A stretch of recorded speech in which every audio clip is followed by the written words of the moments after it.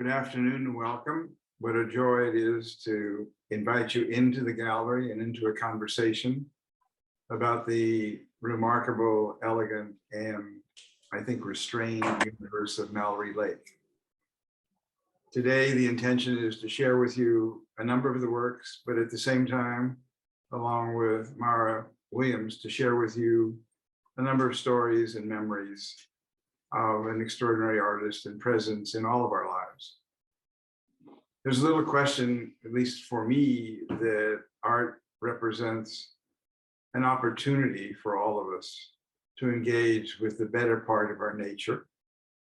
And certainly Mallory enabled us to remain in touch with that, with her gentle and firm, I would say, commitment to the beauty of light, the magic of light, and in that, the magic of place. So Mara, please introduce yourself, and then let's begin looking at some of the art. Okay, Bernie, thank you for having me. It's a delight to actually appear on stage with you, even though we're in completely different locations.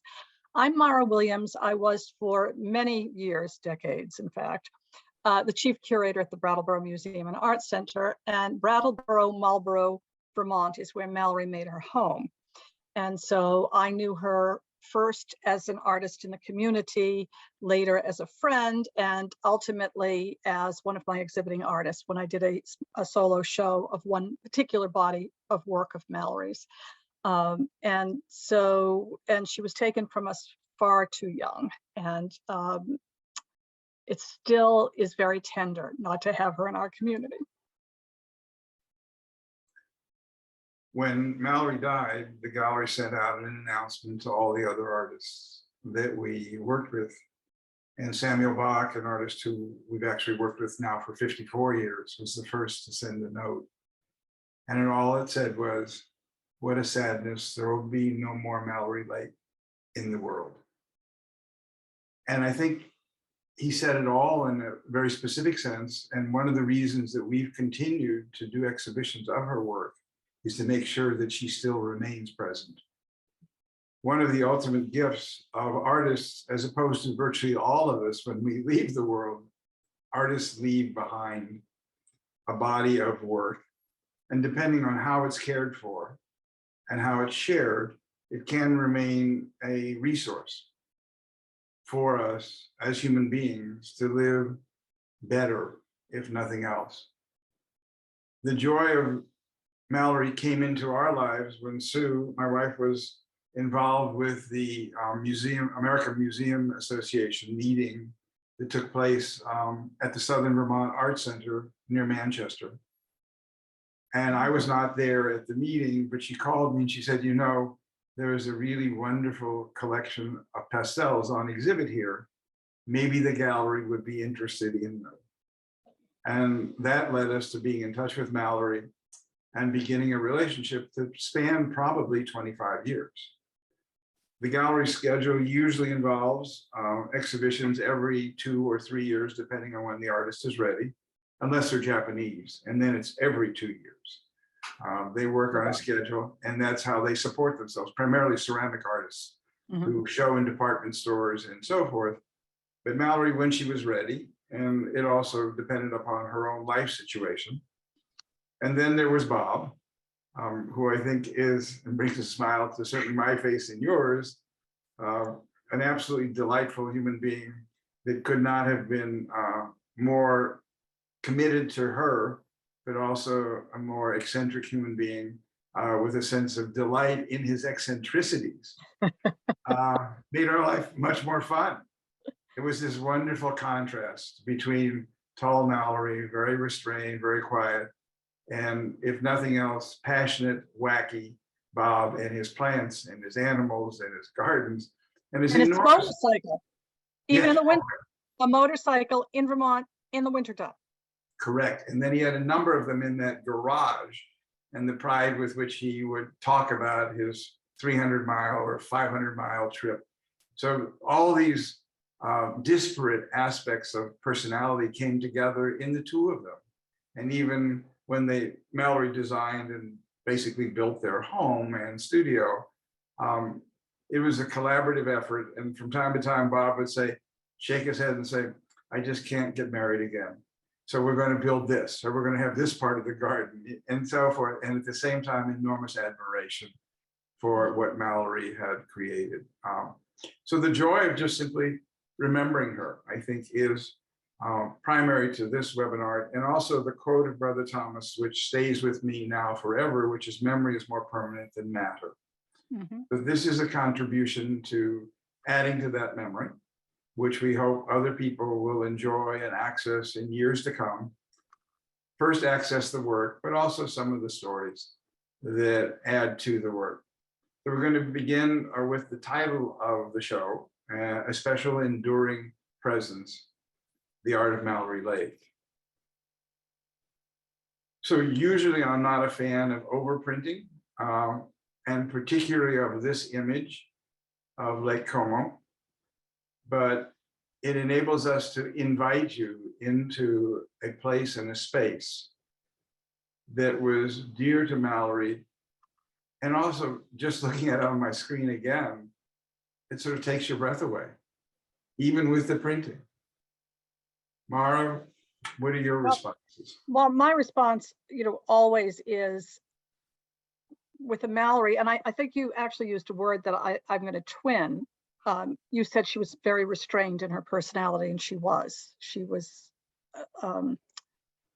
thoughtful, deliberative, slow, warm.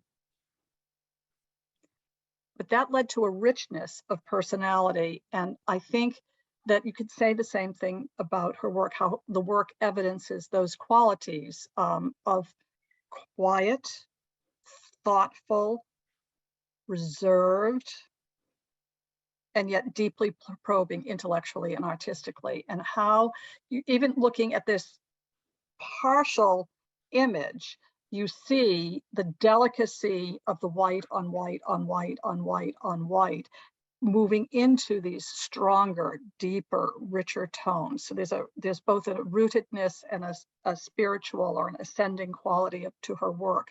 And how those two things play off of each other, I think, is key to really enjoying and sitting with and exploring a Mallory Lake pastel. It's a nice way to begin. And also, I think when people look at art, one of the important aspects is to get them to understand it's what's there and what's not there. So choices, especially about the two buildings as you're looking at it on the left, partially covered, but peeking out at you, at the viewer, and inviting you further into, if you will, almost the mystery of the space itself. We've actually been to Como many years ago, and the truth is that we weren't able to experience it with the same sense of beauty that's in this piece. Being there, Mallory enhances the experience of being in any place that she was, and the attentiveness to detail and light that will appear in a number of the pieces that we look at is really extraordinary. Being surrounded by the work in the show the last couple of days has been absolutely magical. Because as I was preparing for this, it allowed me the opportunity to look more carefully. So the next couple of slides are a sense of her playground. Well, this is the day that her dear, dear, dear friend Bobby Angel closed this studio down was a dark day on Main Street. She had a studio on High Street, almost at the corner of Main Street, the most important intersection in our little town.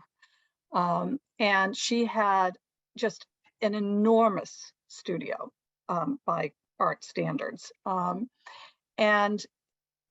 it was just imbued with this specialness. Part of it was the quality of light right then and there, so she had all this beautiful light surrounding her as she sought to capture the light of other places in her studio, because she worked from photographs that she took and she edited and she cropped, and then she cropped you into a particular place in any scene that she was doing. But then she brought that that quality of light and place to life in this studio that you're looking at now. And you can see if there was one color blue, there were 47 colors of blue pastel. And if there was one color yellow, I would say there were probably 212 different pastel sticks of yellow in her. If there was one umber, there were 46 umbers.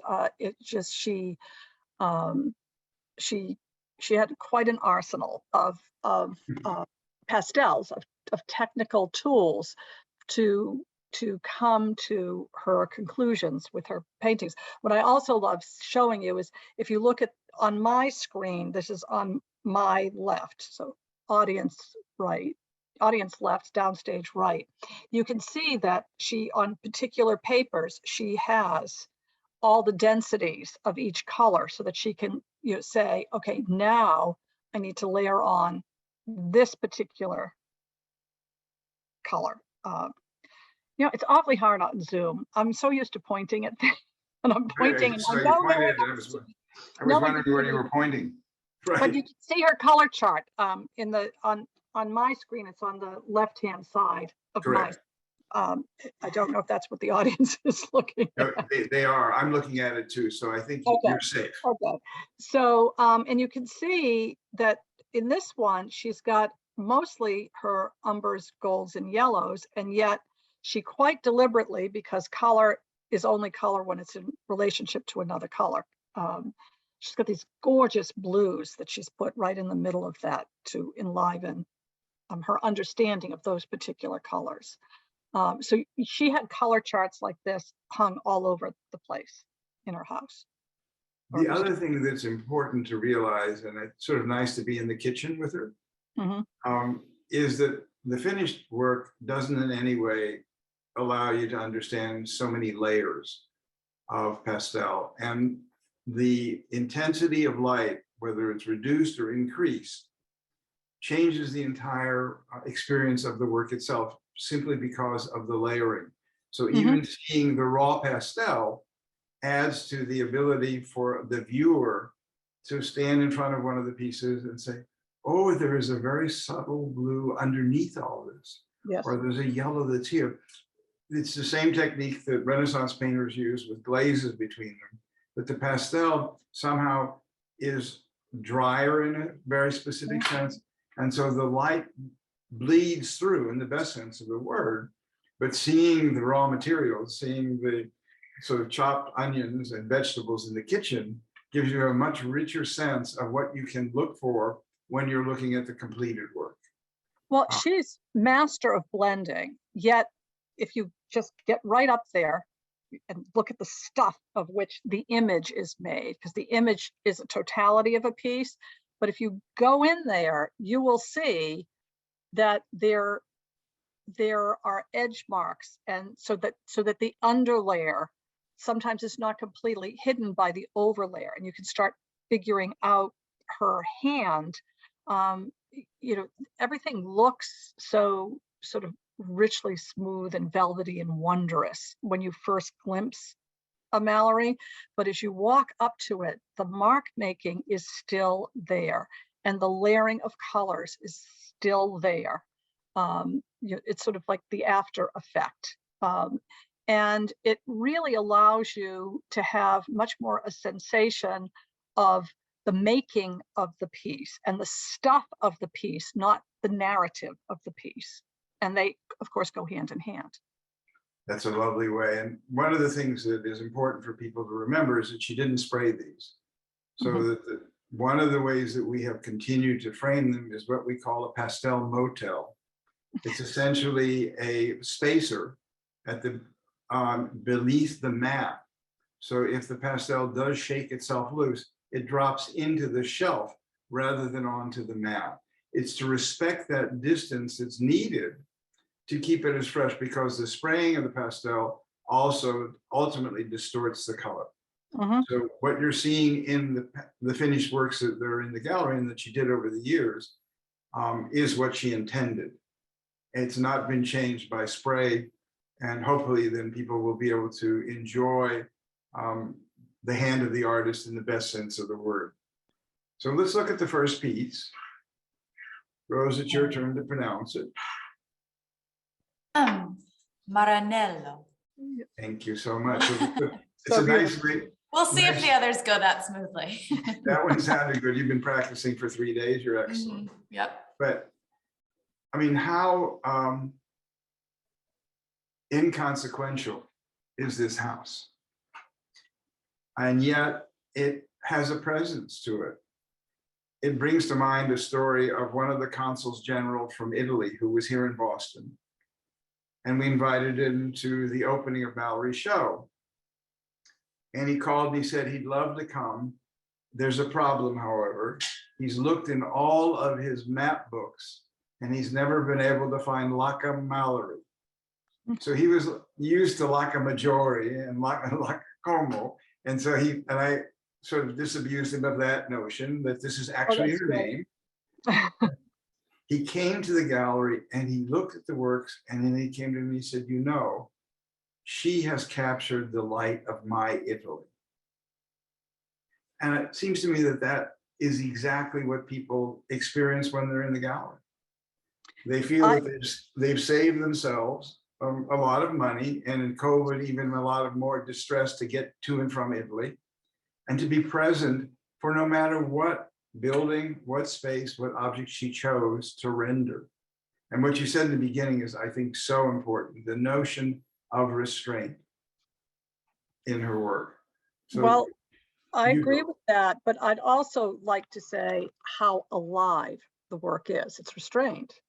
But if you look at the tree trunk and branches and that the light through the canopy and the smokiness of the canopy, which is at once charcoal smoke and the smoke and the softness and the stuff of the pastels, but the painterly quality of this creamy, peachy orange gold against the gray it's a magical moment of material that is it's delicious. That's a lovely way to describe it. Delicious. It's just delicious. I always describe paint as being juicy or lickable, or but you have the pastel gives you that particularly smoky quality of evening light, that smokiness of as you get the glinting sharper light as the sun is setting at the angle that it's coming in on, the twilight angle, and the tree leaves begin to gray out and gray down because the light has changed. Pastel has a unique way of capturing that atmosphere that you have to see through to get to the stuff of the trees themselves. And so it's again, it's a form and content. It couldn't be more perfectly rendered for me in any other medium except for this pastel and this set of color choices by this artist. Also, I think just the graphic design, and she was a graphic designer for many years, is important to point out. Both the structure of the house, the illumination to one side of the house, the light moving along at the base of the hedge, the light on the roof. And we'll see that throughout, that the bits of light that Mallory includes in her work really are the right word, highlights. Mm-hmm. They help define the dimensionality of the object, all of which is important to the finished work of art. Let's look at the next one. Well, there's your highlight right along the hedge and along the side of the cypress. And the rooftop. And the eave, the rooftop, not the eve. The eve is the shadow. I remember an art teacher once back in high school. He was just a wonderful mentor to generations of people from Cape Cod. And he was like, always put your darkest darks next to your lightest lights. That's a great insight, and it's very true. It's interesting in retrospect, after the 54 years of the gallery, to realize how many of the artists' works that we have chosen for whom light is critical. Mm-hmm. Allie Clift, who works in fabric primarily, light is the source of her inspiration. And certainly in Mallory's case, there's a sense of illumination moving from left to right. And suddenly there's this luminosity on the building itself, very subtly portrayed. Mhm. But you know that your eye can move very gently and diagonally across the piece, then highlight the outline of the tree itself, and then be brought back in a certain sense by the rooftop. It's just a splendid, and this only comes about through very, very thoughtful, very careful planning, design, and execution. One of the things that she always did, and it was very hard, I think, for her to decide when the piece is done. But in addition, the work itself extends beyond what the images you're seeing. She would decide where she wanted the mat to fall. Mhm. So the extended border could be an inch or two of additional pastel, but that's not where she wanted the painting or the image to end. Yeah, her cropping, in every photograph that she took as source material, and where she places you, that the designer, the graphic designer, which is where she worked for almost 20 years, that was her bread and butter before she moved to fine art, is incredibly exactly executed in every step of the planning process and the execution of the work. Which led back to sometimes her desire to be involved with the layout and design of the catalogs. Oh, One I'm of not the, surprised. yeah, one of the joys of the gallery and the way it's structured is that we pay for everything. So that means that we pay for the design and printing of the catalog, for the dinner, for the celebration. And so for the most part, I would say that a lot of the artists think they know about design Mhm. and have never done it, and really end up becoming a nuisance. And the end result is not very good because they're a painter or a sculptor, they're not a graphic designer. Mallory brought both Mhm. to the relationship, and therefore there was at least a conversation. We still did the design, but she as a graphic designer had constructive things to add to what we had done. And we were blessed with some really wonderful designers, and still are, in Leslie Fagley over many, many years. But it's nice to have two professionals looking at the same thing. The next title, Rose, and the next image is easier to pronounce. Thanks for sparing me for the last one. Right. Aliano. Thank Aliano. Thank you so much.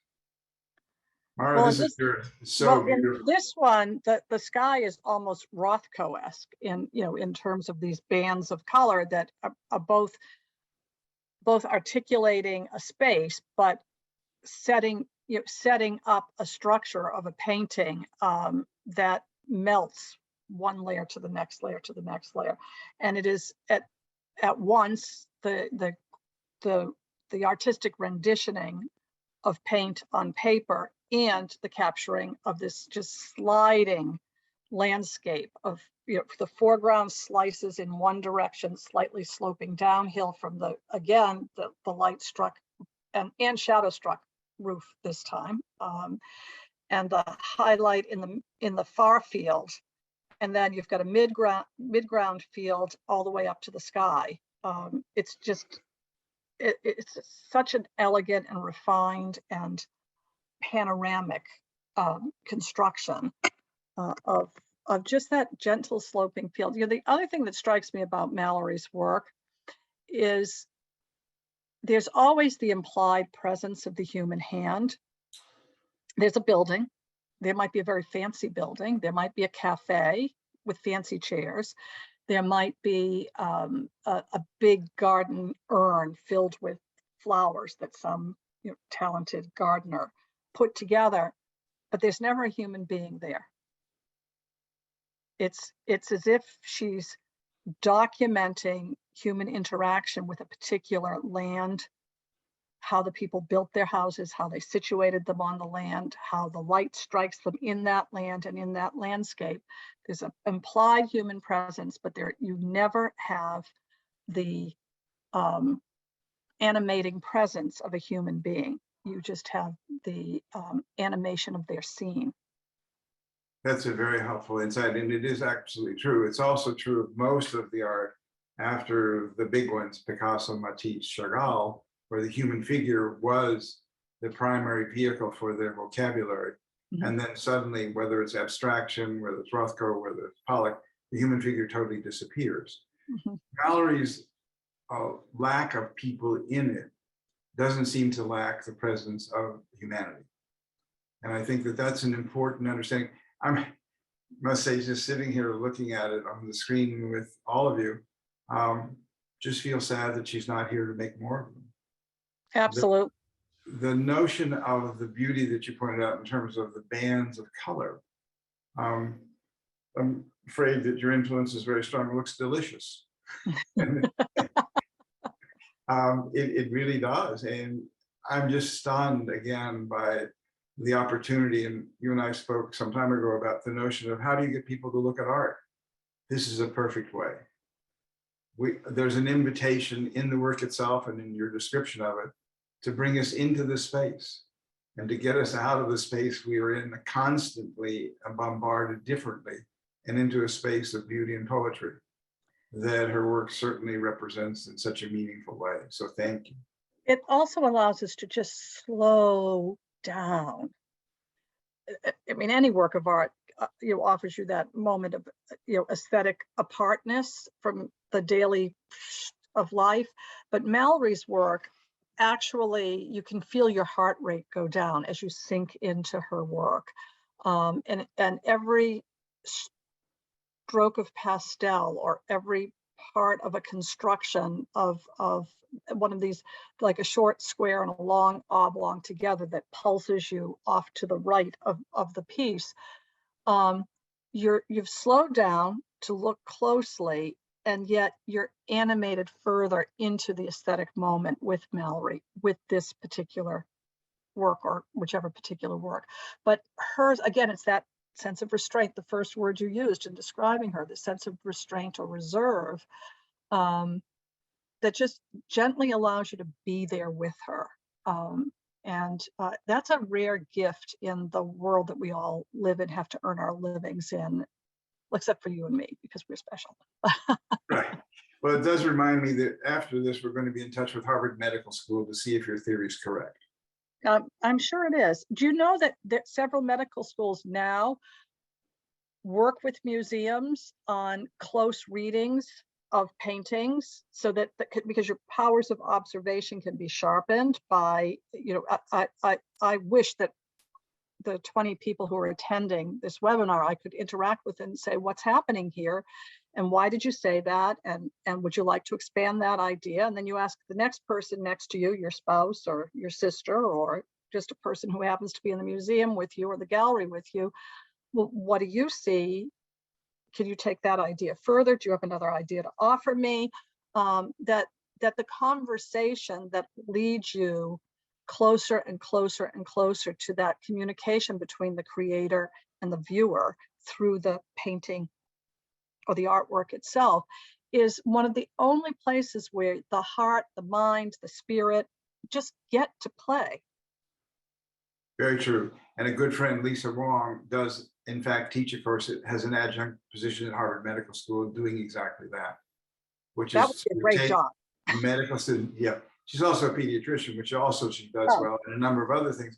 But exactly what you're saying, observation, but also the opportunity to learn how to be attentive, Mm-hmm. which is part and parcel of, I think, what you've done with your life, what I've tried to do, and what doctors need to do in order to be present for all of us. Well, we have the program also with our elementary schools. And when you sit a group of children around a painting and say, what's happening here? They respect each other's opinion. They listen closely because we follow up with questions. Now that Bernie has said that, Rose, would you like to add to what Bernie just said? And they learn to listen to each other, and they learn to build on ideas from each other. And they do this through a painting because they can't, as long as they're looking at the painting, they can't be right or wrong.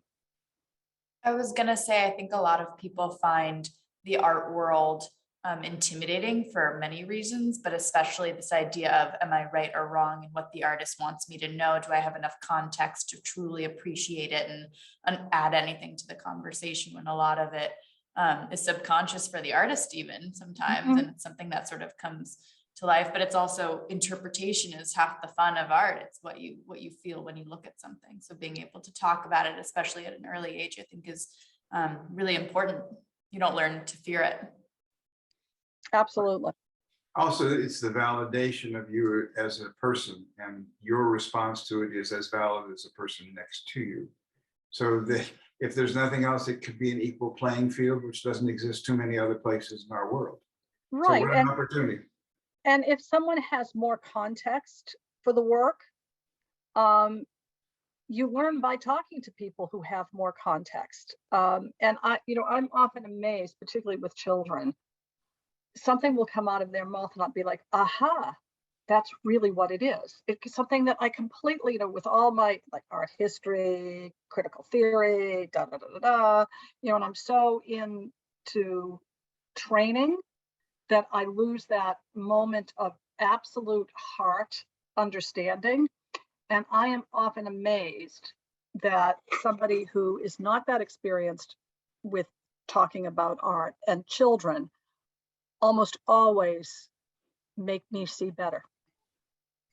There is the phrase of Abraham Joshua Heschel called radical astonishment. And he's talking about it, I think, in many instances related to theological, religious, spiritual aspects of life. But he also had a wife who was a concert pianist. So he was also attuned to both the sound and the visual. And I think in retrospect, most of the choices that we have made for the gallery over the years, that moment has to go, aha, this is amazing. We need to have it in our world and we need to share it. So let's look at the next piece. Now this is completely, the opposite axis, is activated in this.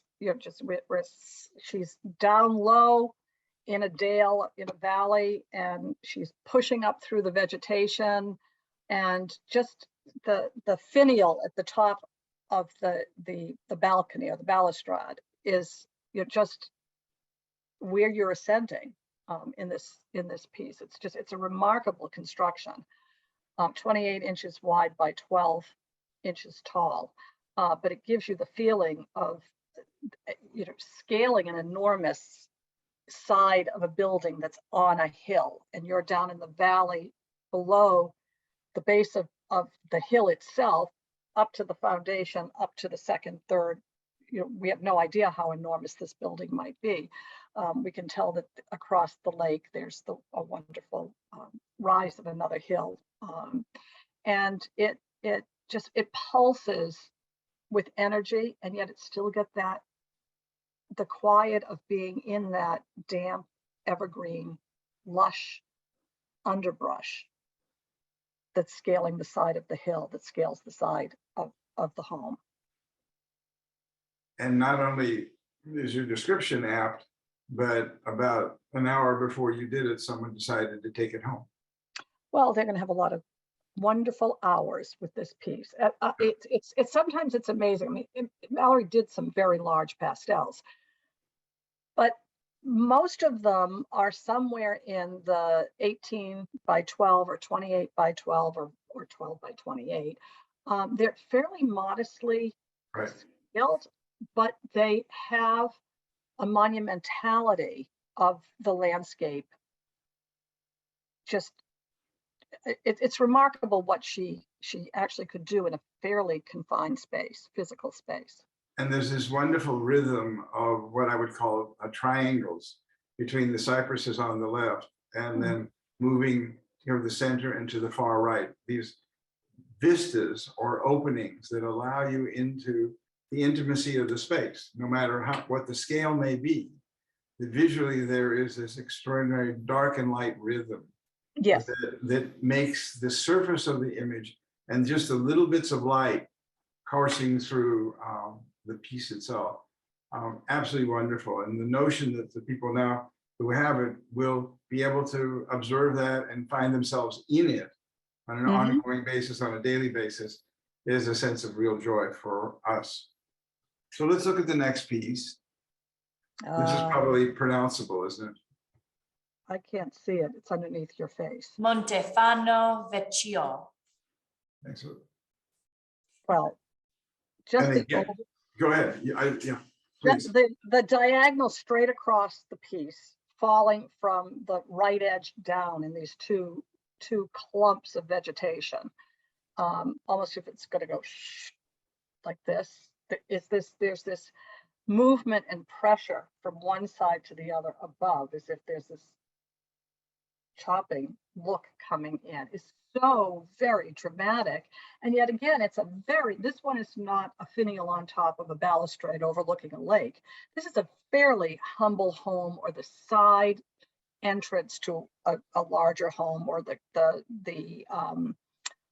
the stables, or just one of the humble buildings. And yet even at that, with the sort of sootiness of what's or mold that's on this kind of stuccoed building that appear all over Italy, it is still given almost like an altarpiece of light coming up it, and this dark with the drama coming over it. This very humble dwelling is made both mysterious and theatrically framed and regal somehow in its landscape.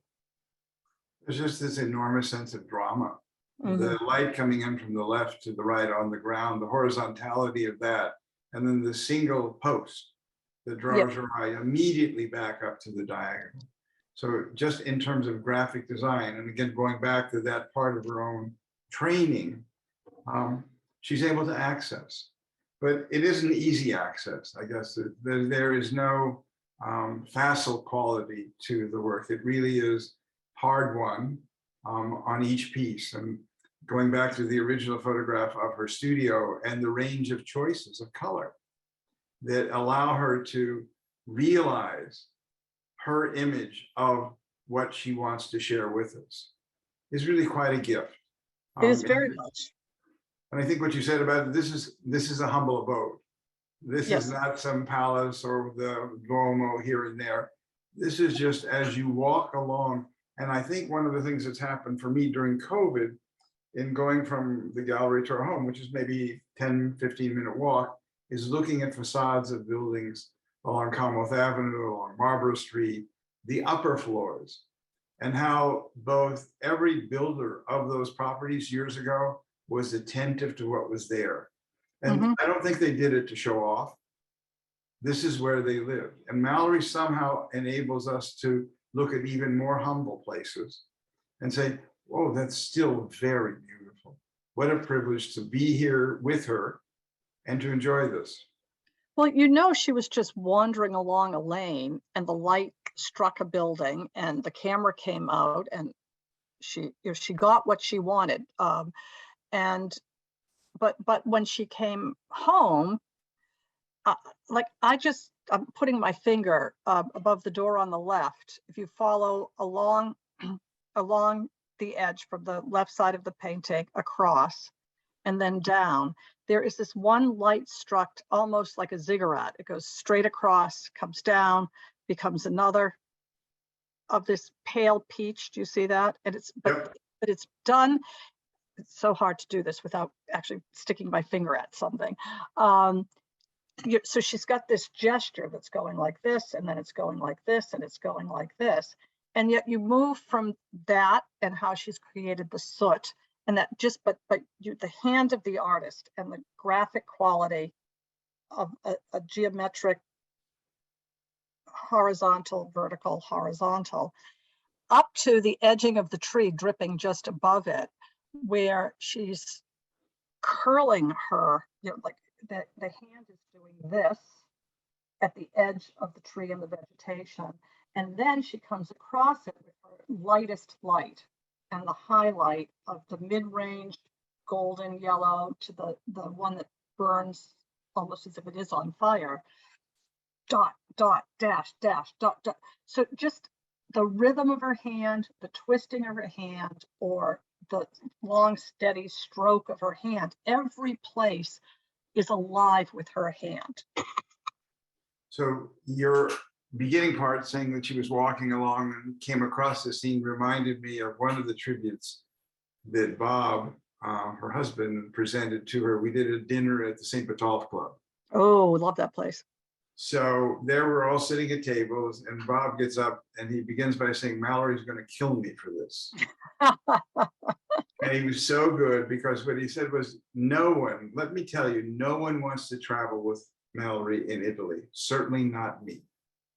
We would get up at 6 o'clock in the morning and start driving. And 5 minutes into the drive, she would say, stop the car. And then she'd get out and take some photographs. She'd get back in and we'd drive another 15 minutes, stop the car. And he said, can you imagine spending an entire day stopping the car? But that's what she was doing. She was accumulating these spaces and places that eventually inspired the care, concern, and restraint of individual pieces that she shared with us over all these years.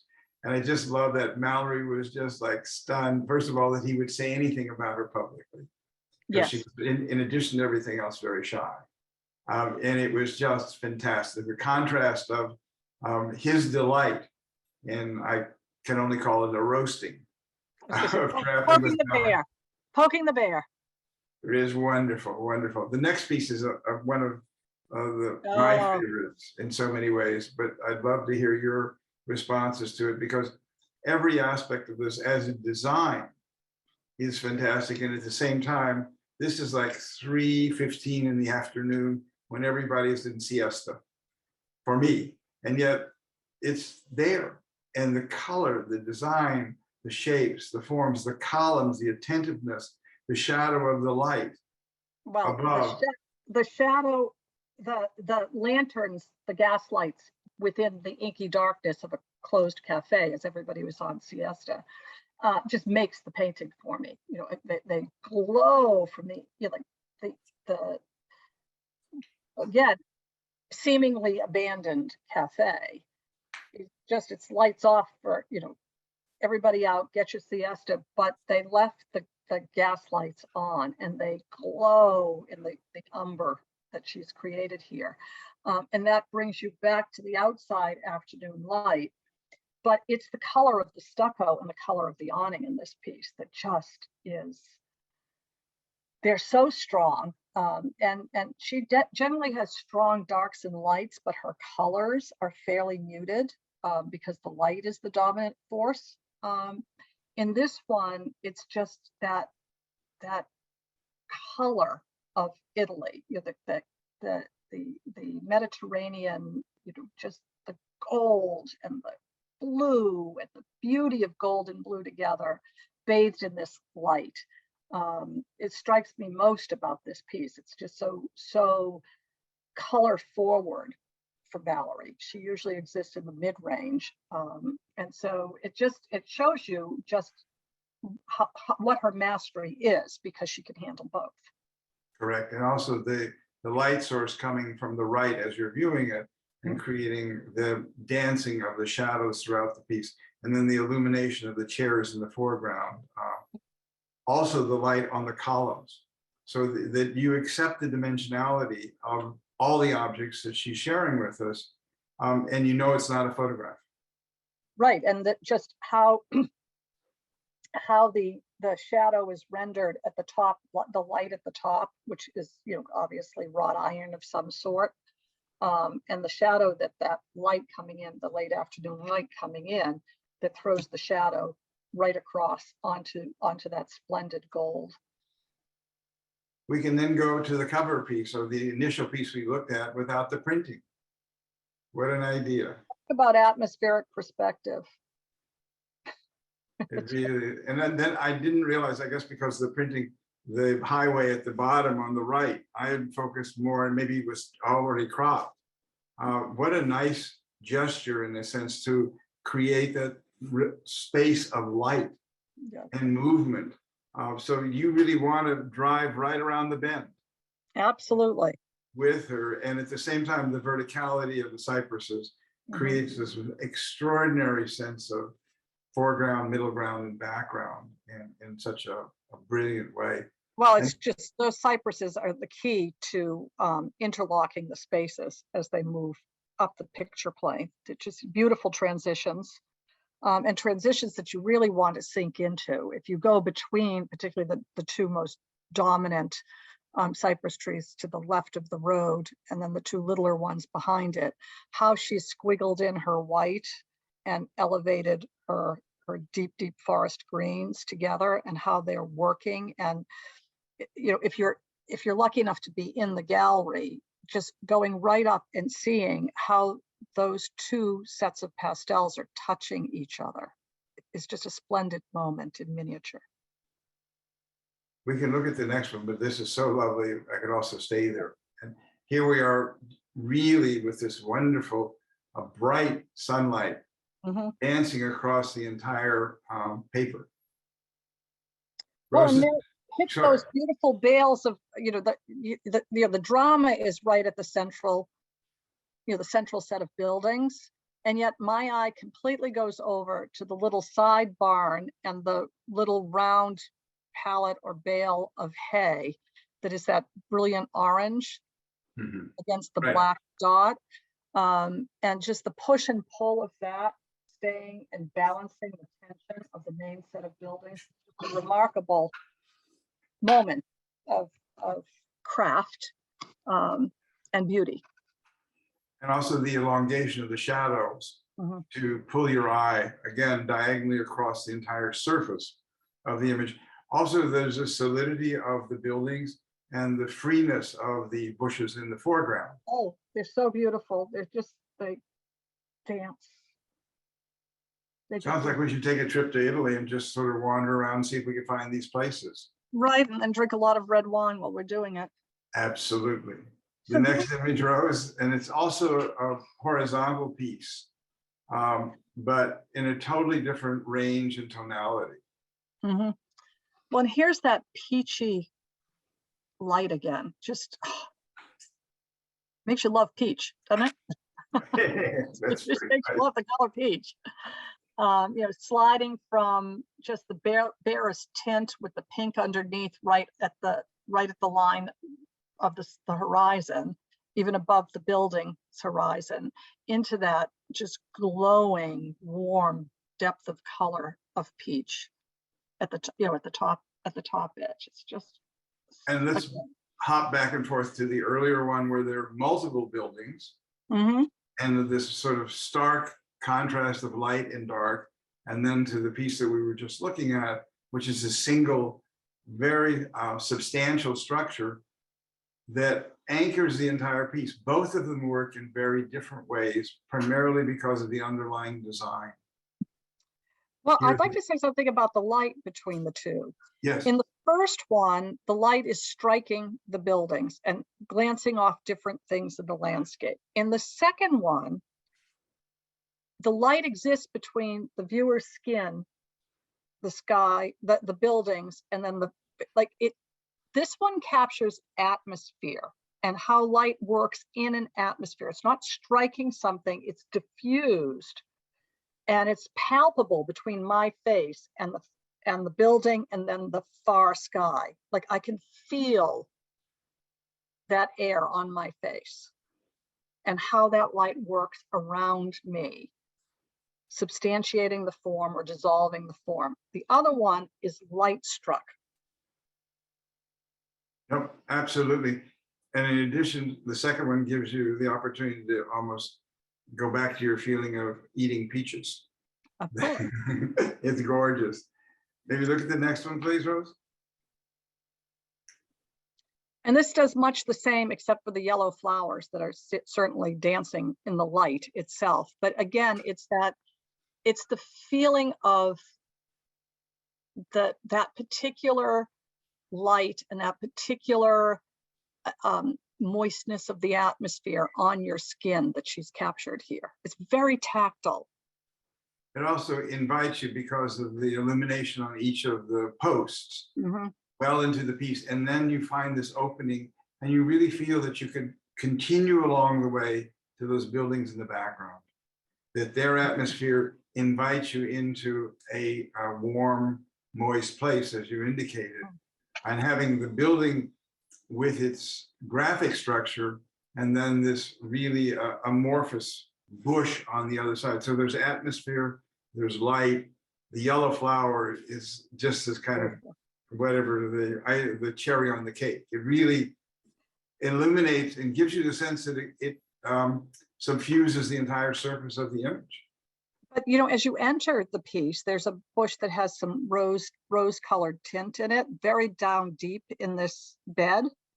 But again, as I said, the tactile, like it, what warm, moist peat and vegetation smells like, and it conjures up so viscerally what this place is. And it just, again, people often say, well, this looks like a photograph, but it doesn't. This is a pastel, it's a work of art, and it's an invitation into this space that a graphic photograph would not do. And color here is relevant, whereas frequently in a photograph where color shows up, it distorts the experience of the space for me. Well, and just the mark making is so, it ranges from delicate to and suffused and to rapid and tappy. just how she's making marks. Let's look at it has an energy. It has an energy. Absolutely. The next image, Rose. This is well, here we are up in the tower. We are Dante. We are Beatrice. Just the Duomo. Just everything about this painting, from just the most delicate touch of blue edged up against this brown, and the shape of what is outer edges of elaborate columns, and you're only catching the shadow in between because the light is beyond it.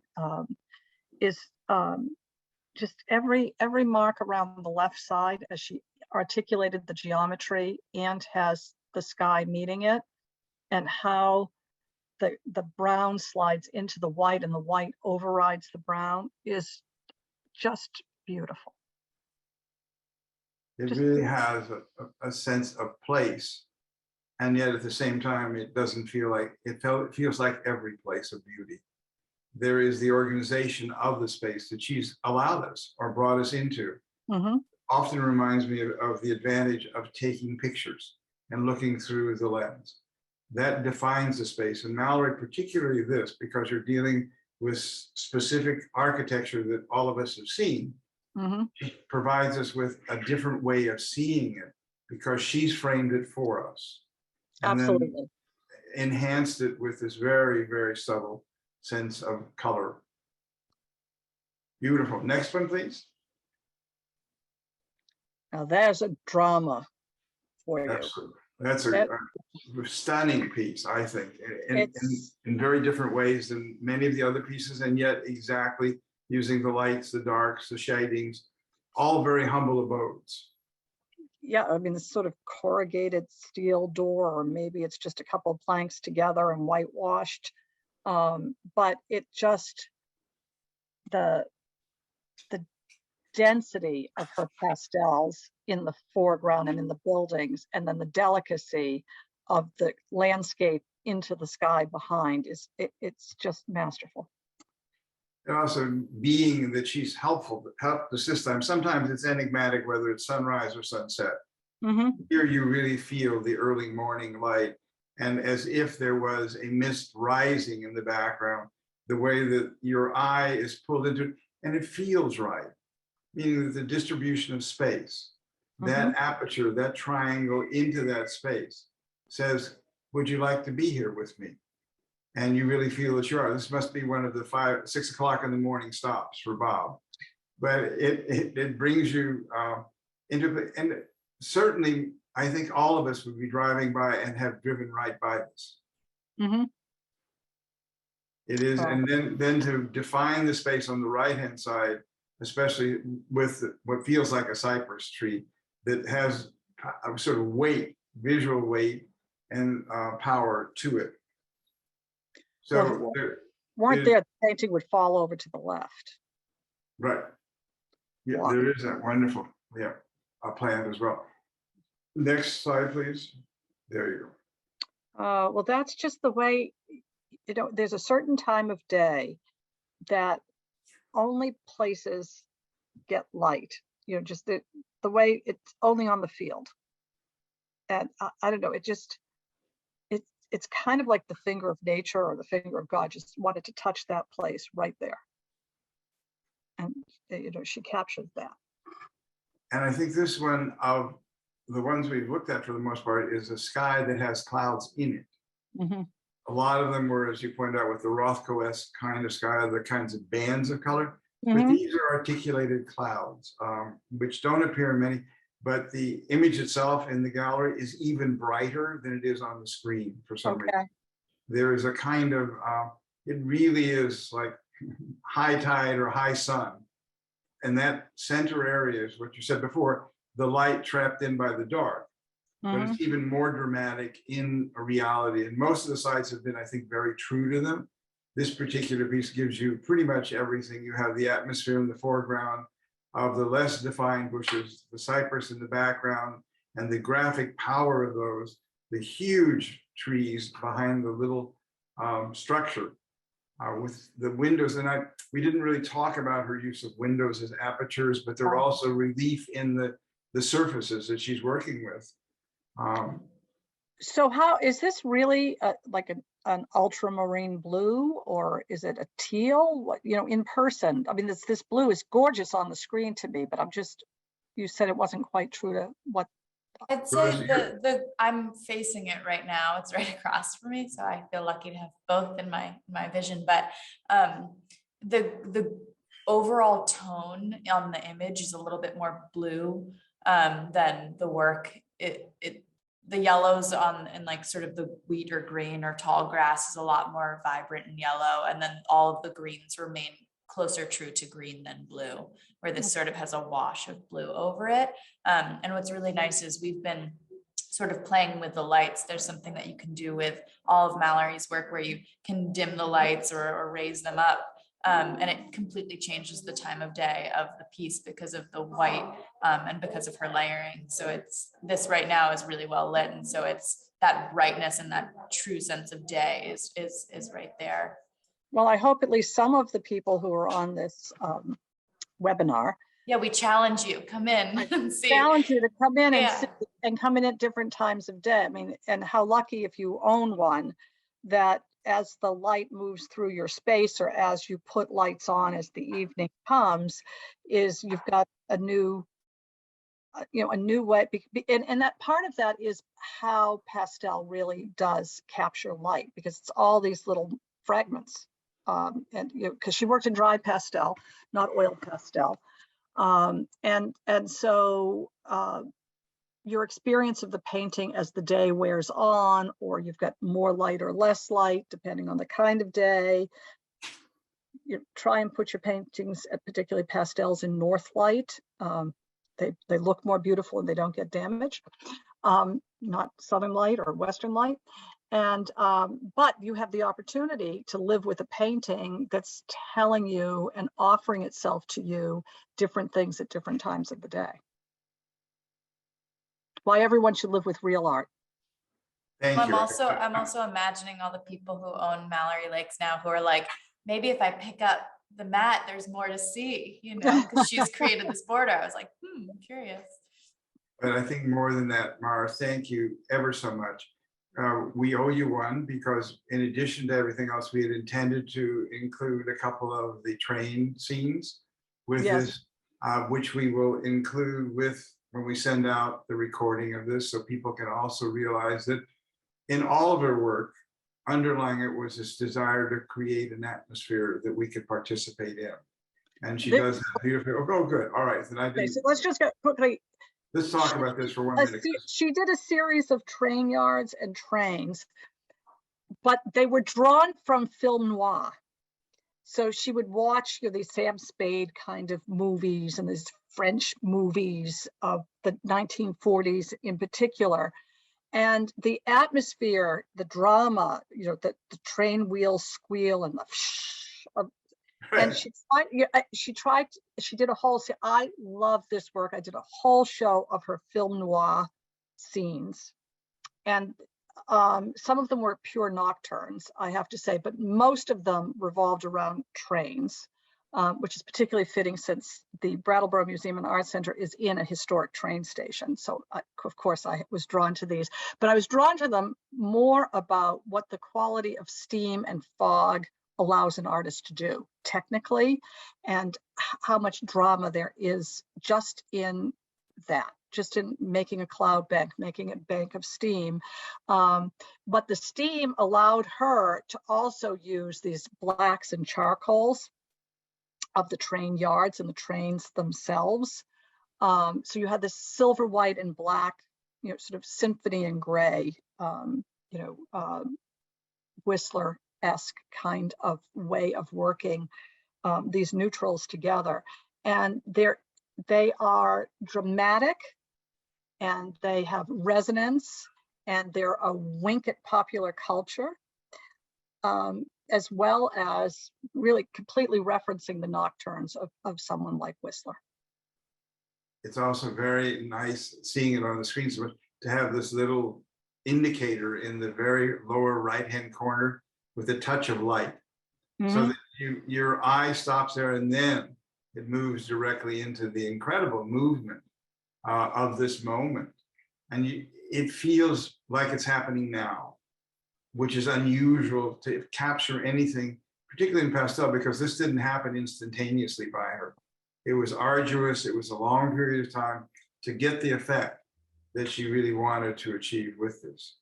Is the night car also out about that? Oh, look at that.